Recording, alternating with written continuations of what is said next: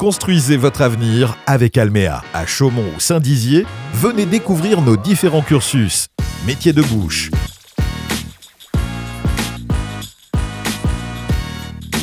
métier de l'hôtellerie-restauration, métier de la coiffure, métier du commerce ou encore métier de la maintenance. Découvrez également notre dispositif d'insertion professionnelle, le 2C. Plus d'informations sur le site d'Alméa Formation.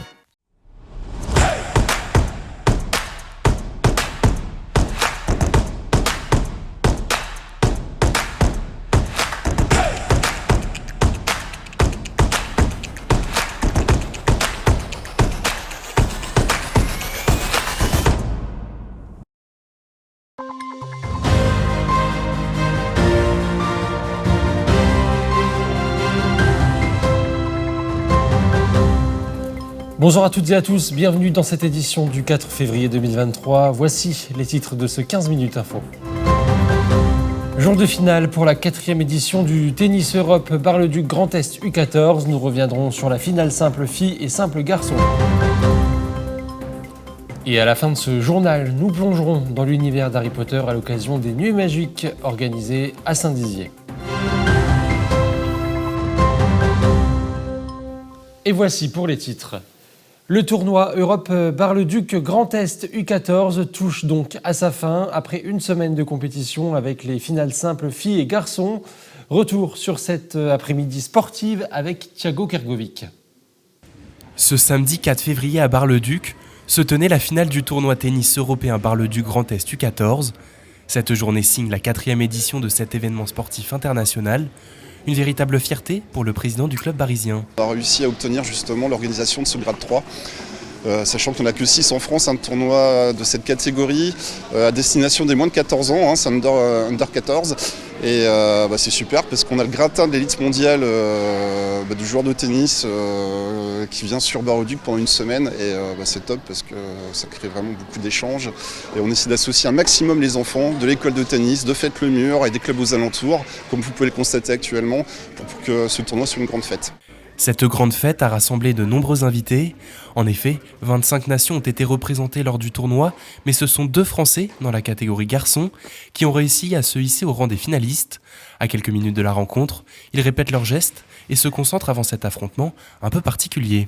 Ça va, j'ai déjà joué mon adversaire, donc je me sens plutôt bien. Après, je suis peut-être un peu stressée par l'événement, mais sinon... Non, je me sens plutôt bien pour le match. C'est la première fois que je vais en finale d'un tennis Europe comme ça, donc un petit peu, mais après je suis content quand même de faire ce match et je suis content de mon parcours déjà.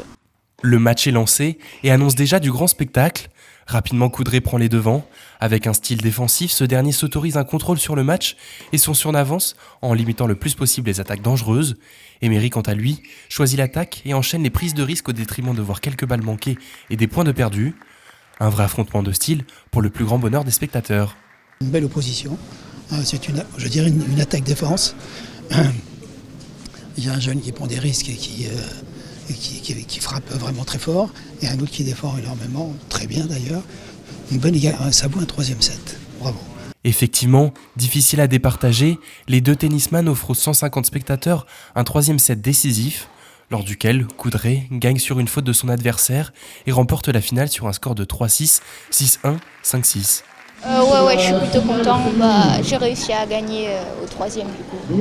J'ai essayé de varier, de pas trop le faire jouer à la hanche pour pas qu'il frappe trop fort et le faire craquer pour qu'il force. De l'autre côté, c'est un Emery lucide et avec beaucoup de sagesse qui soigne sa peine. Une performance entaillée par le stress de la compétition notamment et par un adversaire intelligent. J'ai mal démarré le premier set, j'ai pas été très bon, j'étais très stressée. Je pensais que j'allais rentrer plus dedans dans la finale, mais j'étais très stressée, je n'arrivais pas à faire mon jeu. Donc voilà, premier set je le perds, ensuite le deuxième je me sens mieux, je suis plus dedans, donc ça le fait facilement. Et 3e, après c'est plus accroché, je recommence à faire des fautes, puis je commence à bien jouer, et puis à la fin c'est serré, mais je fais plus des fautes que lui, du coup il gagne. Une fois terminé, cet affrontement a laissé place ensuite à la finale féminine opposant la Turque Garo Togma et l'Autrichienne Pircher pour conclure cette compétition internationale. Et on prend maintenant la direction du musée de Saint-Dizier où la magie s'est installée durant ces 2 jours. Diverses activités sur le thème d'Harry Potter étaient proposées. Les jeunes apprentis sorciers sont venus tenter de vaincre le Seigneur des Ténèbres, dont on taira le nom. Plongé dans cette chasse aux Horcruxes avec Manon de Fontis. Sorcière, baguette ou encore Edwige, tous les éléments de l'univers Harry Potter étaient réunis hier soir au musée de Saint-Dizier à l'occasion des Nuits magiques. De nombreux enfants sont devenus le temps d'une soirée des sorciers, prêts à vaincre le Seigneur des Ténèbres en chassant les Horcruxes.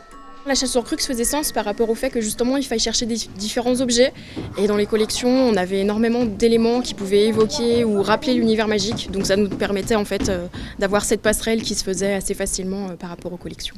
Par la suite, les apprentis sorciers ont assisté à un cours de botanique avec le professeur Chourave, l'occasion de fabriquer une mandragore. Comme dans toutes les classes, il y a des bons élèves, des moins bons élèves.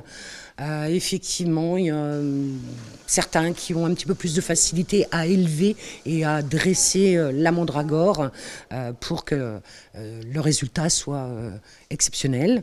Mais on a quand même des très beaux résultats. Organisées pour la première fois au musée, ces activités ensorcelantes semblent avoir conquis les jeunes moldus. Trop bien, c'était trop bien. On a élevé une mandragore, on a cherché des choses pour tuer Voldemort. Ça fait quoi donc du coup d'avoir chassé les Horcruxes, d'avoir fabriqué des mandragores ? C'était bien, c'est la magie, c'est plein de choses sur l'irréel, voilà. Les Nuits magiques reviendront l'année prochaine à Saint-Dizier avec son lot de surprises et de magie. C'est la fin de cette édition, merci à tous de l'avoir suivi. Tout de suite la météo, très bon week-end à tous. Toute l'actualité qui vous concerne, à voir et à revoir dès maintenant sur puissancetélévision.fr et sur notre application mobile.